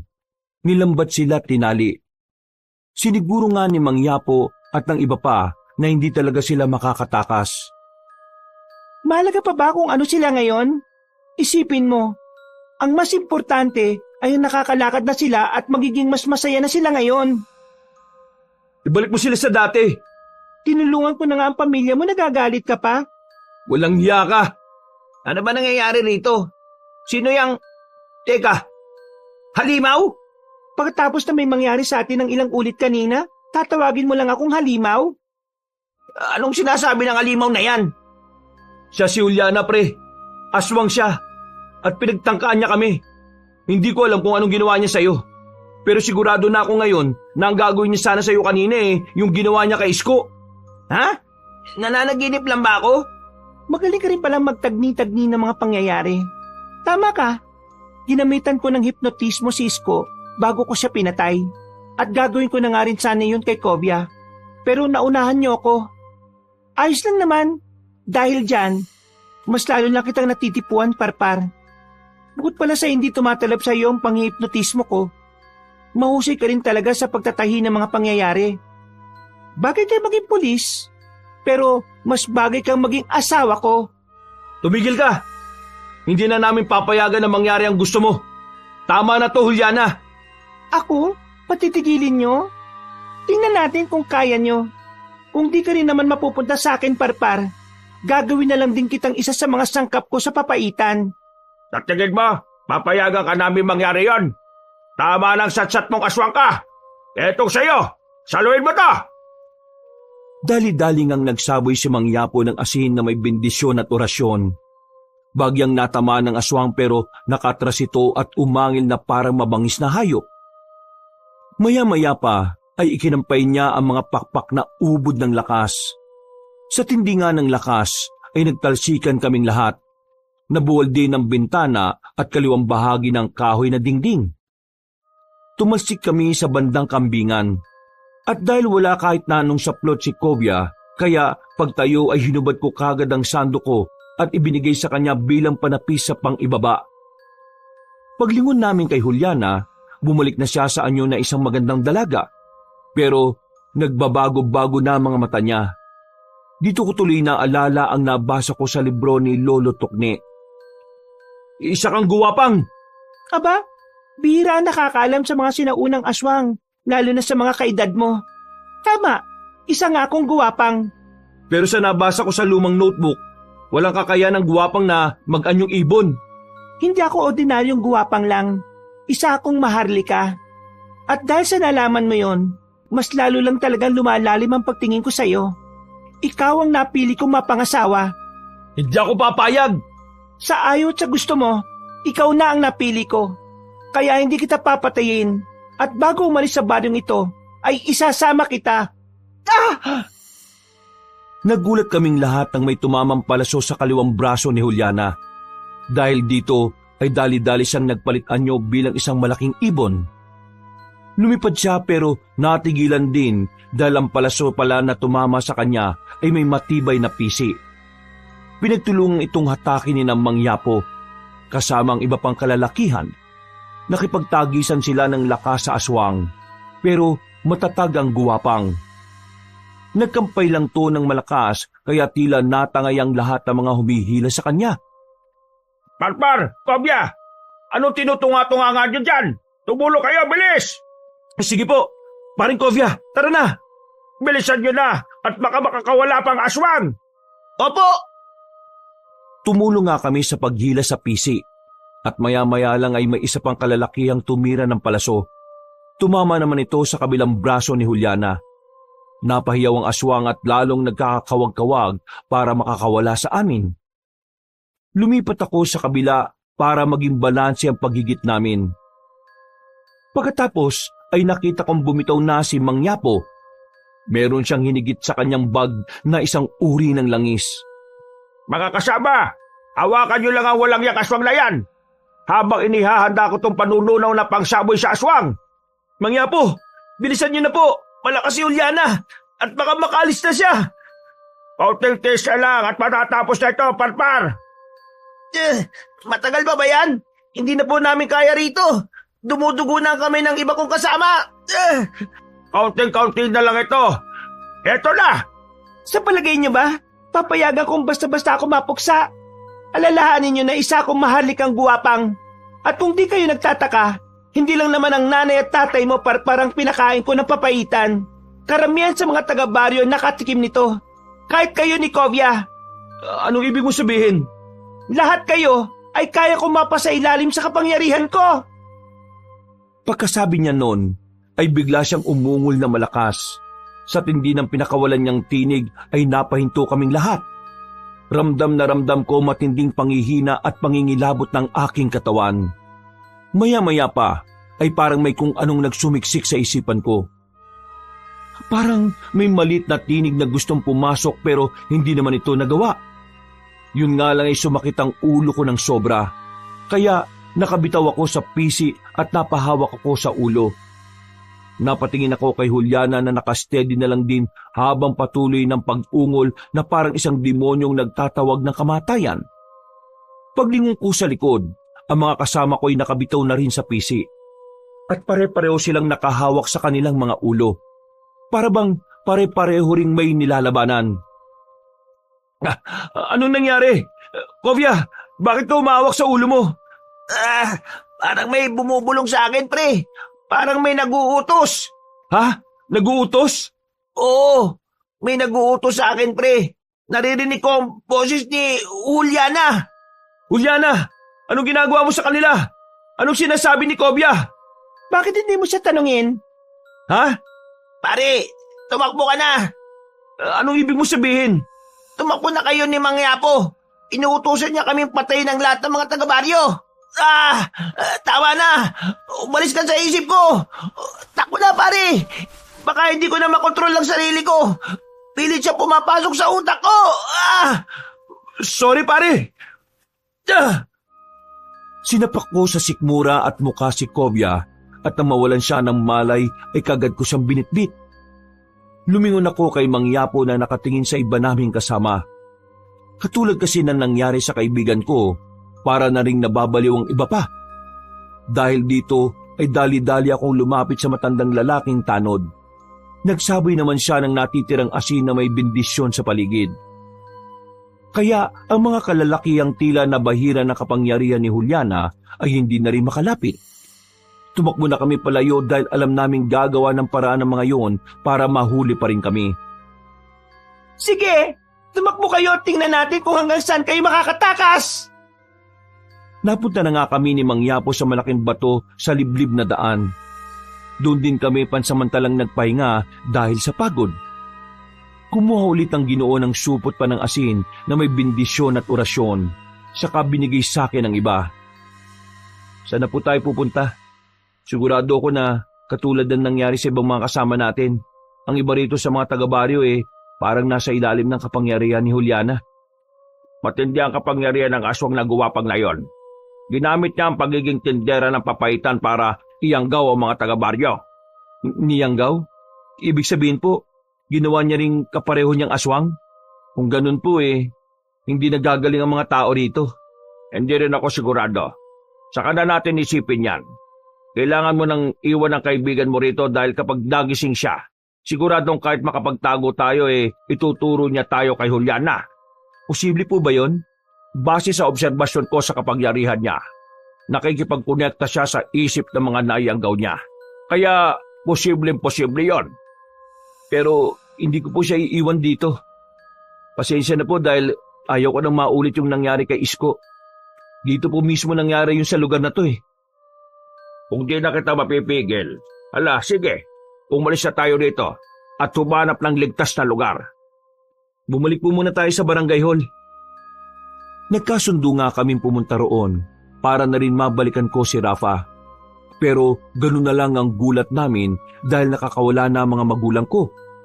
May ilang patay na rin doon kaya nasiguro naming delikado na.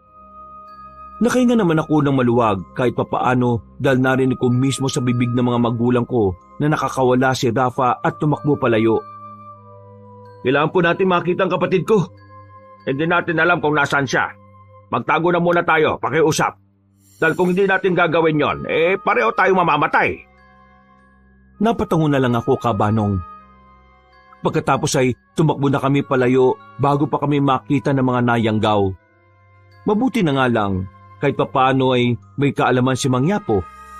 Nagpahid kami ng katas ng kung anong halaman. Ang sabi niya ay makakatulong yon para hindi maamoy ang dugo at karne namin.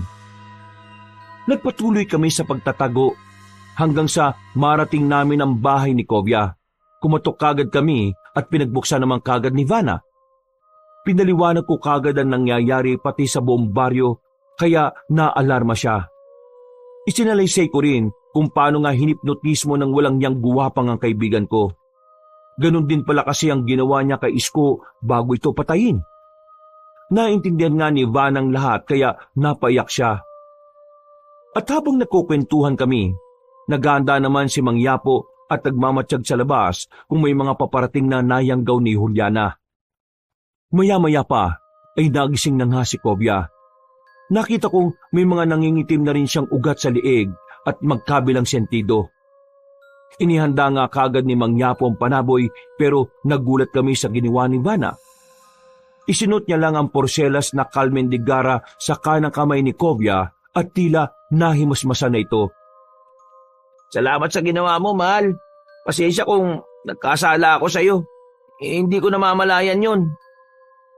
Nagyakapan sila bilang pagpapatawad sa isa't isa.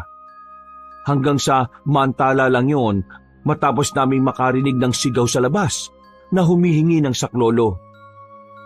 Boses ni Rafa yun! Kailangan ko pong lumabas doon, Mang Yapo! Sige pre, sasamahan kita. Sige! Mag-iingat kayo at bilisan nyo. Wala po pwedeng makakita na nandito tayo. Kung hindi, katapusan na talaga natin. Pagtango namin ni Kobya, lumabas na kagad kami ng bahay. Nakita ko nga sa hindi kalayuan si Rafa na tumatakbo. Tinakbo ko siya hanggang makalapit.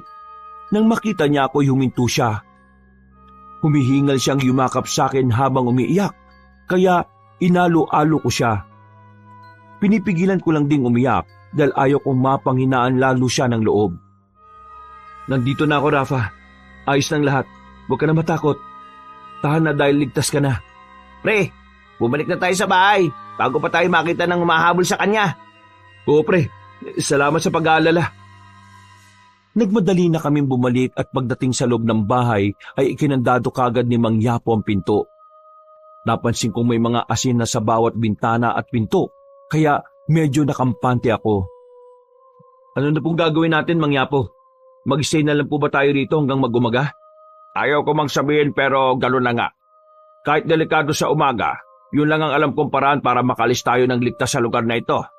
Kaya kahit anong mangyari hindi nila dapat tayo matuntun dito. Yun na nga po. Salamat na lang din doon sa langis kanina na pinahid mo sa bawat isa para hindi tayo maamoy ng mga walang hiyang aswang. Kaya nga, pero hanggang 5 oras lang ang bisa ng langis. 7:00 ng umaga, halimuyak na ang dugot karne natin sa mga nayanggaw. Kaya pagsikat ng araw umalis na tayo tumanap ng ligtas na lugar. May paraan pa po ba? Para mailigtas din yung mga taong niyanggaw ng hayop na Juliana na yon?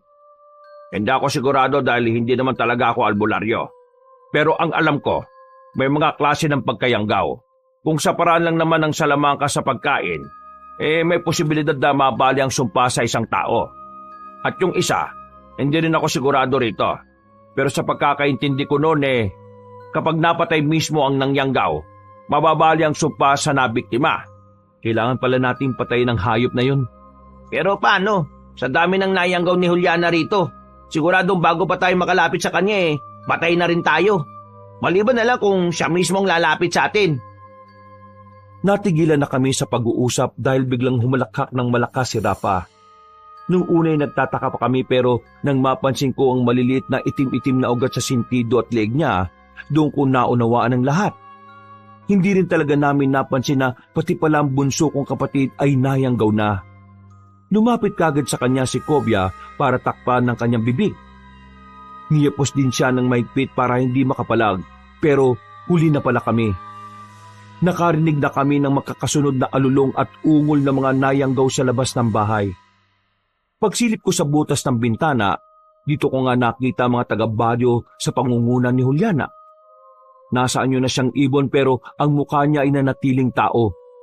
Pagkatapos niyang humalakhak at umungol ng pagkalakas-lakas, ay saka siya nagwika sa amin. Gusto mo bang malaman, Parpar, kung kaninong ideya mga ito? Alam mo ba na sinabi ng nanay at tatay mo na iyang gawin ko si Rafa at siya ang gawin kong pain para mahanap kayo kagad? Matindi rin talaga pagmamahal mo sa kapatid mo ano?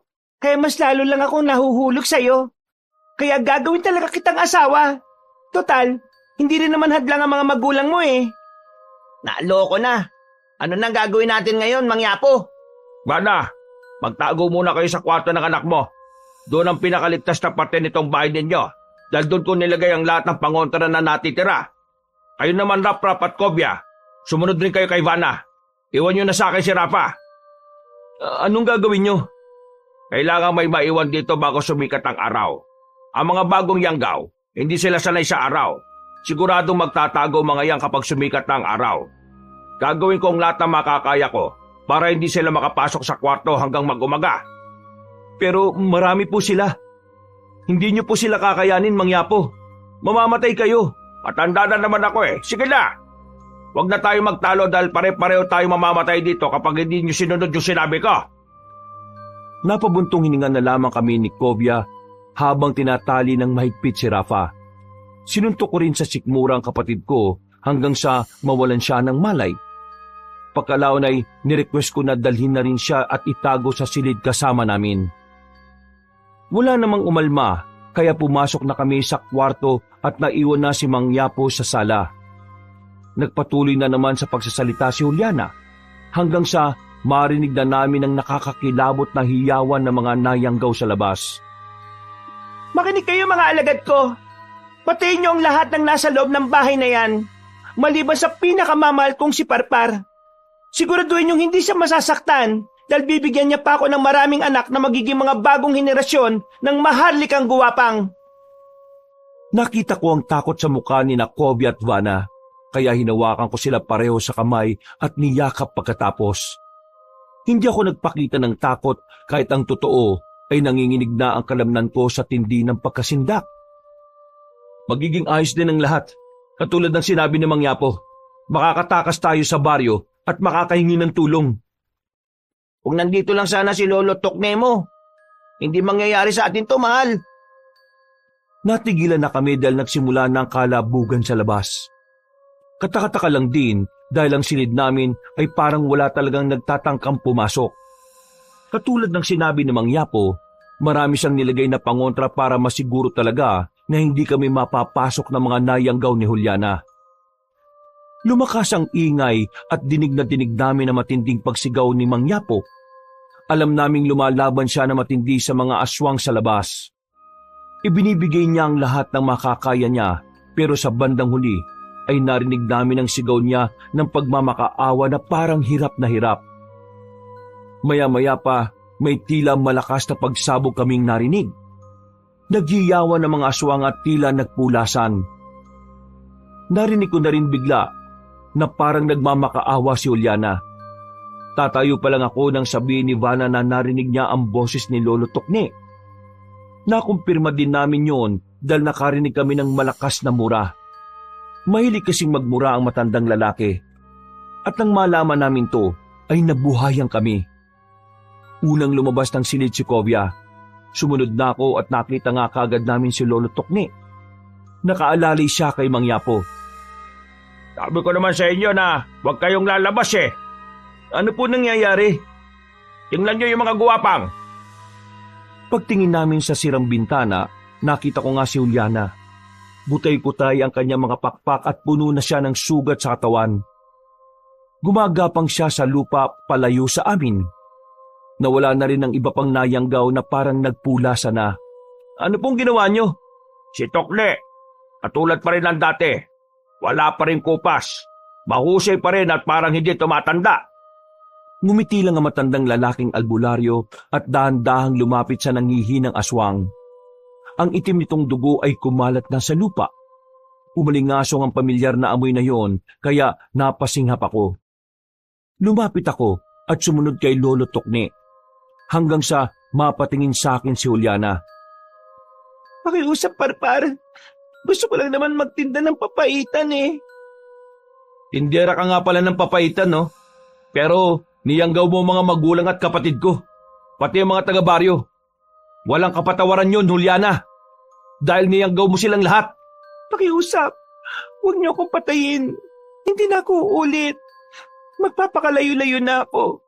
Huwag niyo lang akong patayin. Hindi naman talaga ako pumapatay ng tao eh. Pero hindi ka nga pala tao. At dahil hindi naman ako pumapatay ng katulad mo, si Lolo Tokne na ang bahala sa'yo. Nang mapatingin siya sa matandang lalaki, inanlaki ang mga mata niya. Pinilit niyang makalayo pero huli na. Inabot na kasi ni Mang Yapo ang kakaibang langis at walang kaabog-abog na binuo sa mukha ng aswang. pinagmasdan ko lang sila. Bago pa makasigaw si Juliana, ay nalusaw na ang kanyang mukha. Sunod ang katawan at ang kabuuan. Pagkatapos nito, ay nawala na nga ng bisa ang pakayanggaw ng mga taga-baryo. Pagkatapos ng nangyaring yon, walang maalala ang lahat, maliban sa amin. Nag-uusap-usap na lang kami na wag nang sabihin ang nangyari hanggang sa ngayon. Hindi na rin naman nagtanong ang mga taga-baryo, lalo na kay Juliana, na parabang hindi na rin naman nila naaalala. Makalipas pa ang mga araw, gabi, linggo at buwan, naka-move on na ang lahat at nagpatuloy sa kani-kanilang buhay. Ako naman po ay nagpasya na munang magtrabaho sa bayan upang mas mabigyan ng maayos na buhay ang pamilya ko. Makalipas ang 1 taon, may mga misyonaryo na tumulong kay nanay at tatay na magpagamot, kaya nakabalik po sila sa paglalakad. Kami naman ni Rafa ay naglingkod sa simbahan bilang pasasalamat sa Panginoon.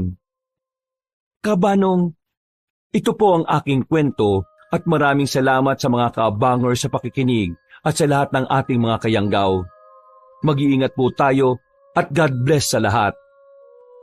Mga kabangers, mga kayanggaw, si Kabanong po.